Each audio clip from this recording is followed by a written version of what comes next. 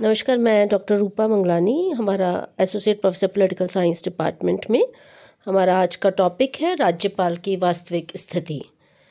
तो हम राज्यपाल की शक्तियां देख चुके, नियुक्ति के प्रश्न देख चुके और हम ये देख चुके कि राज्यपाल की क्या स्थिति है। तो आज हम देखेंगे कि संवैधानिक दृष्टि से राज्यपाल क्या था, ये तो हम पढ़ ही चुके हैं, लेकिन वास्तविक रूप में राज्यपाल किस प्रकार से कार्य करते हैं वो हम इस टॉपिक में देखेंगे। तो आइए जानते हैं राज्यपाल की वास्तविक स्थिति। राज्यपाल की स्थिति या भूमिका के संबंध में मैं आपको बताना चाहती हूँ कि सैद्धांतिक और व्यवहारिक स्थिति के संबंध में विवाद रहा है। राज्यपाल की स्थिति या भूमिका के संबंध में यह मत व्यक्त किया जाता है कि राज्यपाल का पद राज्य के संवैधानिक अध्यक्ष का औपचारिक पद मात्र है या फिर यह वास्तविक रूप से प्रभावी या शक्तिशाली है। तो इसमें ये प्रश्न उठता है कि क्या राज्यपाल का पद केवल रबड़ की मुहर है जो मंत्रिमंडल के परामर्श पर अपनी सहमति प्रकट करता है, या फिर कुछ अन्य विद्वानों का मत है कि राज्यपाल की भूमिका राजनीतिक मान्यताओं पर निर्णय करने वाले केंद्र के अभिकर्ता की है, अर्थात राज्यपाल जो है वही करता है जैसा कि उसे केंद्र द्वारा कहा जाता है। तो सरोजनी नायडू ने राज्यपाल की स्थिति को सोने के पिंजरे में बंद चिड़िया के समान बताया था, जबकि एम.वी. पायली नामक विद्वान ने राज्यपाल को सूझबूझ वाला परामर्शदाता जो राज्य में शांति का स्थापक है वो बताया था। तो राज्यपाल की स्थिति या भूमिका को हम निम्नांकित बिंदुओं से वर्णित कर सकते हैं। तो पहली बात यह है कि संवैधानिक अध्यक्ष के रूप में राज्यपाल जो है वो भारत सरकार अधिनियम 1935 के तहत राज्यपाल का पद वास्तविक शक्तियों से युक्त एक प्रभावी पद बनाया गया था, किंतु स्वतंत्रता के उपरांत भारतीय संविधान में संसदीय शासन व्यवस्था के अनुसार राज्यपाल का पद संवैधानिक प्रमुख के प्रतीकात्मक पद के रूप में स्वीकृत किया गया था। राज्यपाल की भूमिका नाम मात्र की कार्यपालिका की भूमिका थी, ऐसा संविधान के 1935 के अधिनियम में उल्लेखित था। डॉक्टर अंबेडकर ने संविधान सभा में यह स्पष्ट किया था कि उन सिद्धांतों के अनुसार जिन पर राज्यों का शासन आधारित है, राज्यपाल को प्रत्येक कार्य में मंत्रिपरिषद की सलाह आवश्यक रूप से माननी होगी और ऐसा कोई भी कार्य नहीं करना होगा जिसके करने से व्यक्तिगत निर्णय का प्रयोग करना पड़े। तो राज्यपाल के पद पर कार्य कर चुके अनेक व्यक्तियों जैसे सरोजनी नायडू, पट्टाभी सीतारामैया, विजयलक्ष्मी पंडित तथा श्री प्रकाश ने इस मत का समर्थन किया है। राज्यपाल के पद पर कार्य करने वाले श्री प्रकाश के अनुसार राज्यपाल की भूमिका मात्र निर्धारित शून्य स्थान पर हस्ताक्षरित करने की है। साधारणतः राज्यपाल राज्य का संवैधानिक अध्यक्ष है जो अपना अधिकांश कार्य मंत्रिपरिषद के परामर्श से करता है। सविवेकीय शक्तियों का प्रयोग विशेष परिस्थितियों में ही किया जाता है, अतः सैद्धांतिक रूप से राज्यपाल की स्थिति संवैधानिक प्रधान की है। केंद्र के प्रतिनिधि के रूप में संविधान निर्माताओं ने भारत में सहयोगी संघवाद का ऐसा ढांचा परिकल्पित किया है जिसमें केंद्र एवं राज्यों में सद्भावनापूर्ण संबंधों की स्थापना हो सके और प्रशासनिक एकरूपता तथा राष्ट्रीय एकता के लक्ष्य की प्राप्ति की जा सके।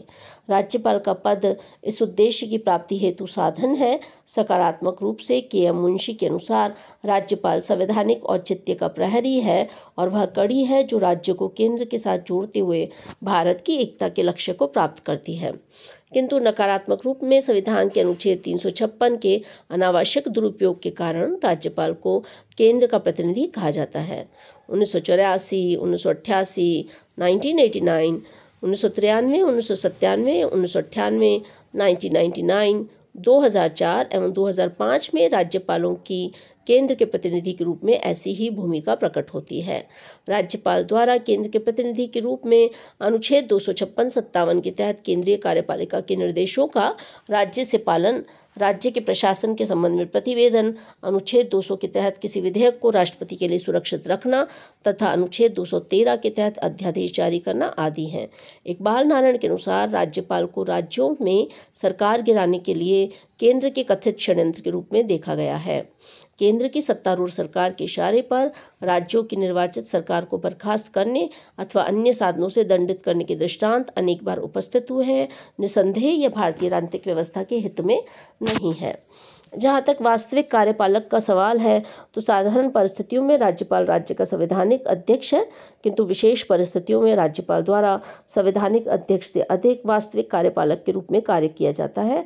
कुछ परिस्थितियों में राज्यपाल द्वारा बहुत हितकारी एवं प्रभावशाली कार्य किया जाता है।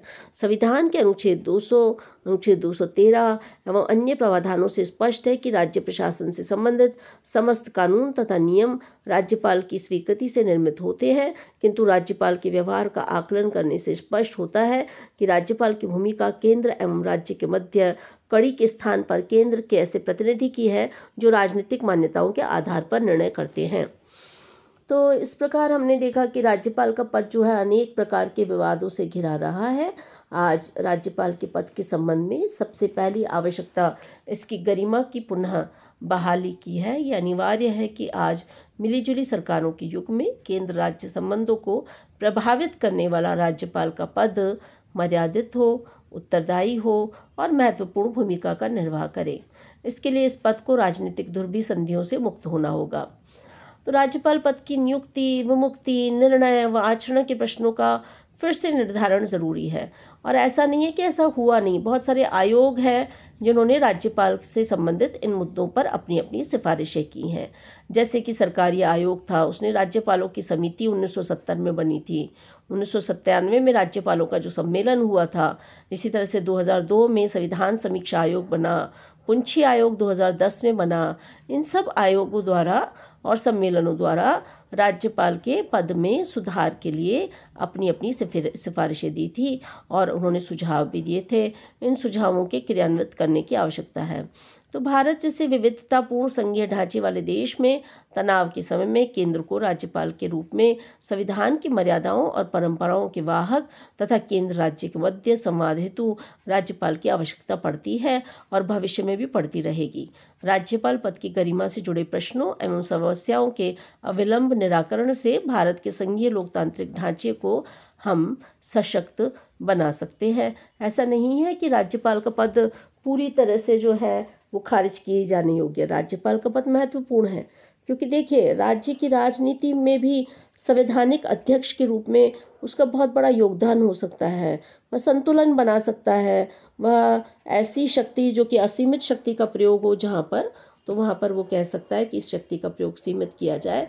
तो इस प्रकार जो है राज्यपाल के पद का हम अगर देखें तो उसका जो उपयोग किया जाता है वो बहुत महत्वपूर्ण है। और सबसे बड़ी बात यह है कि सबसे समय रहते जो जितने आयोग हैं उसकी सिफारिशों को माना जाना चाहिए, उसके सुझाव दिए जाने चाहिए।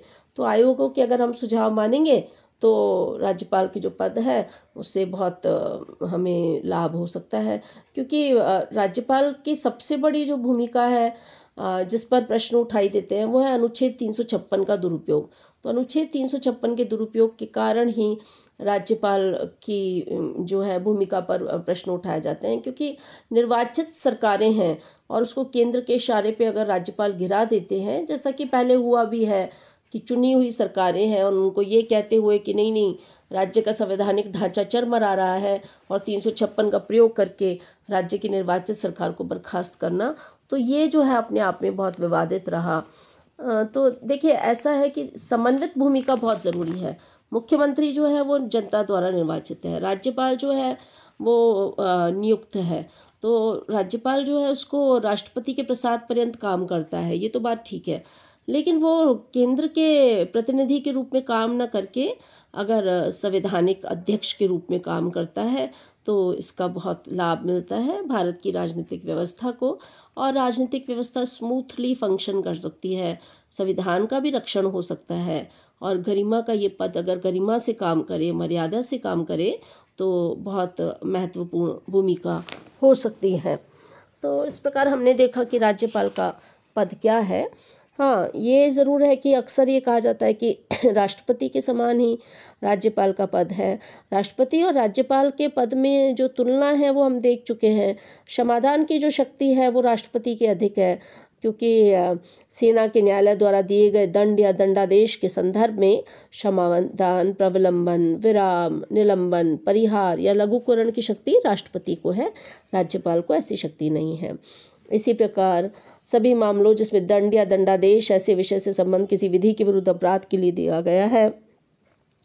जहाँ तक संघ की कार्यपालिका विस्तार है तो वहाँ राष्ट्रपति निर्णय कर सकता है, लेकिन मृत्युदंड को छोड़कर बाकी सभी विषय जहाँ पर राज्य की कार्यपालिका का विस्तार है वहाँ राज्यपाल को समाधान की शक्ति है। तो इस प्रकार हमने दोनों की तुलना भी देखी। तो ये जो टॉपिक था आपका राज्यपाल की संवैधानिक अध्यक्ष के रूप में, केंद्र के प्रतिनिधि के रूप में और वास्तविक कार्यपालक के रूप में बहुत महत्वपूर्ण है। इसे तैयार करें आप, और जब कभी राज्यपाल की शक्तियाँ पूछी जाएं तो ये वास्तविक स्थिति का भी आप हवाला दें और उसके बारे में भी कुछ लिखें। तो इस टॉपिक को तैयार कीजिए, और कोई दिक्कत होती है तो हम मिलेंगे तो फिर चर्चा करेंगे। अपने और अपने परिवार के स्वास्थ्य का ध्यान रखिए। शुभकामनाएं।